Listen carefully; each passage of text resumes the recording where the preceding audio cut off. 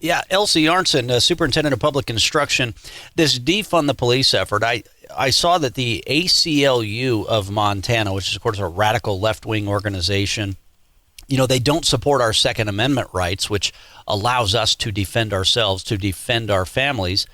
But now they're actively trying to pull the school resource officers out of the schools. So if we can't defend ourselves, if they don't want us to be able to defend ourselves, apparently they don't even want police officers to be there to be able to defend our kids either. It's crazy. Exactly.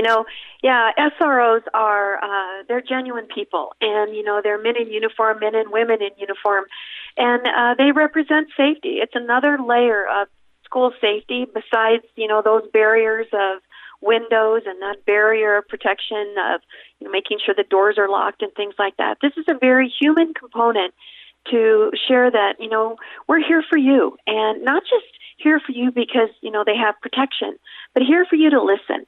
And I believe that in social emotional and making sure that all students have that ability to be safe, this adds just a great layer. Back to the school reopening plans. In your task force, you had a whole broad cross-sector of folks helping out with the reopening plan. Right now, this week, they're debating, in Missoula, they're debating a mandatory mask requirement in Missoula, and then also Bozeman. That debate is taking place in Bozeman as well, heading into next week.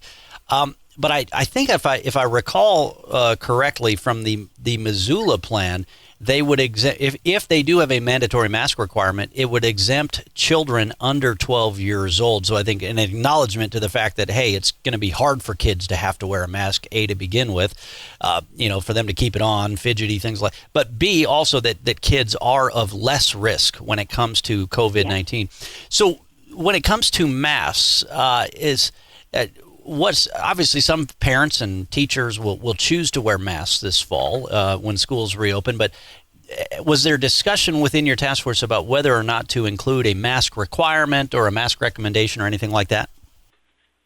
Well, there were all kinds of discussions about that. And again, great government is when the state listens, and when government listens and then government acts on that.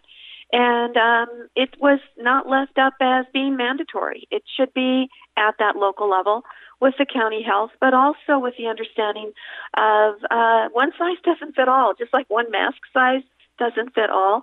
Having these mandates and then giving exemptions, how do you manage to police that? I mean, how do you manage to make sure that health is going to be occurring because someone is wearing a mask or someone isn't? I mean, the last thing we want to do is to start shaming people because they do or they don't wear masks. Yeah. That just alleviates the entire issue of safety, whether it's in the school environment or a grocery store or wherever you might be. We don't need to go to that. There needs to be much more kindness in our world than what we have at this point.